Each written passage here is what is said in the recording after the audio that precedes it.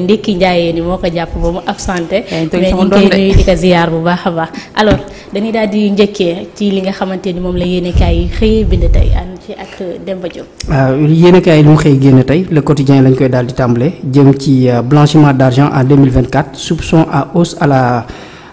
à la CENTIF mooy dafa am ay jiixi jaaxa yoo xamante ni si ni dafa am fële ca CENTIF 928 déclarations d'opérations suspectes enregistrées ay opérations yoo xamante ni si ni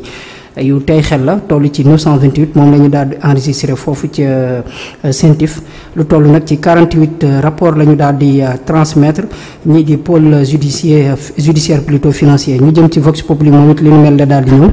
928 déclarations d'opérations suspectes yoo xam ne dañ ko nemmeeku fële ca CENTIF 83% émanent des banques d'établissement et financiers 83% dafa jógee ci banque établissement financier 42,7 millions ci ay déclaration de transaction en liquide la dépasse loo xam ne dafa dépassé plutôt réglementation banque yi di 15 millions de nos francs Vox Populi ba tey ñëw ci Azoura Fall mi nga xamante ni si ni démb libéré nañ ko dossier médical moo ko daal di sauvé naataangoom bii di Kayre moom ba tey dafay des ci prison bi seen procès nag ñu jàpp ko ci 22 mai bii ñu jëm Vox Populi ñëw ba tey ci départu Barthélémy Diaz fii ci partim Taxawu Sénégal di samp ab laaj ba xam Barthélémy Diaz am na un avenir politique fii ci Sénégal bu ñu jógee ci Vox Populi dañuy dem ca l'Observateur moom it mu ñëw bu baax a baax ci commission d'instruction de la haute cour de justice bi nga xamante ni si ni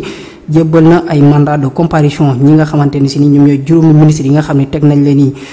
bët dans le secret des mandats de comparution Ndeye Saly Diop moom moo koy njëkkee dina dem le 19 mai suivi de Moustapha Diop le 22 mai Mansour Faye le 26 mai commerce choquant aveuglant sur le marché noir de chat muy ab vidéo bi nga xam ne démb ñun ñëpp gis nañ ko ci toile bi ab ñaari nigériens yoo xam ne dañ leen jàppoon ñu yoroon ay muus il paraît dañ ko doon jaay lii di dibiteri bu ñu jógee ci l'Observateur dañuy dem ci Les Échos mu ñëw moom it bu baax a baax ci assemblée nationale démb député yi doon daje El Malick Ndiaye mu ngi leen di xamal ni dina jënd ay oto jox ñi nga xamante ni si ni ñoom ñooy député yi ndax nee na supporté wul di gis député yi di ñëw assemblée nationale ak taxi alors que moom mi nga xamante ni si ni moom mooy président assemblée nationale saa buy ñëw dañ koy escorter ak ay motard ci véhicule 4x4 am. Traduction d'anciens dignitaires devant la haute cour de justice la commission d'instruction entre en jeu ci Les Échos fësal ci xëtam nataalam ñii di Mansour Faye Moustapha Diop ak Ndeye Saly Diop ñu fas yéene dem semaine prochaine fële ca commission d'instruction bu haute cour de justice fas yéene wuy ji yoon laas tamit li nu mel la daal di fësal ci altine ji di nag lay tàmbali ñi nga xamante ni si ni ñoom ñooy 5 anciens ministres yi nekkoon du temps de Macky Sall fas yéene na dem wuy ji ñii di haute cour de justice Walf Quotidien moom mu ñëw bu baax ci recette de la CDC conflit bi nga xam ne day am diggante locataires yi ak bailleurs yi Fadilou Keita di annoncé ni am na ab caution boo xamante ne si ni bientôt dinañ ko génne pour centraliser ko Elimane Sall nekk président association défense des locataires du Sénégal moom mi ngi ñaan nguur gi ñu indi leen ay garantie ak ay sécurité bu wér a wér ci tribune yéenekaay moom it mu fësal ci nataalam juge Amadou Deme Ousmane Sonko di premier ministre ak Azoura Fall juge Amadou Deme ni on a combattu une justice instrumentalisée elle est maintenant ridiculisée xeexoon nañu benn justice boo xam ne jàppoon nañ ni dañ ko instrumentaliser léegi nag dañ ko daal di toroxal ci tribune yéenekaay ba tey ci dibi awsa avec de la viande du chat démb ñu nemmeeku ab vidéo boo xamante ni si nii daanaka tas na bu baax a baax ci réseaux sociaux yi ñi nga xamante ni si nii ñoom ñooy jaaykat yi ñoom ñaar ñëpp daal dina leen teg loxo Sud Quotidien dafa ñëw bu baax a baax ci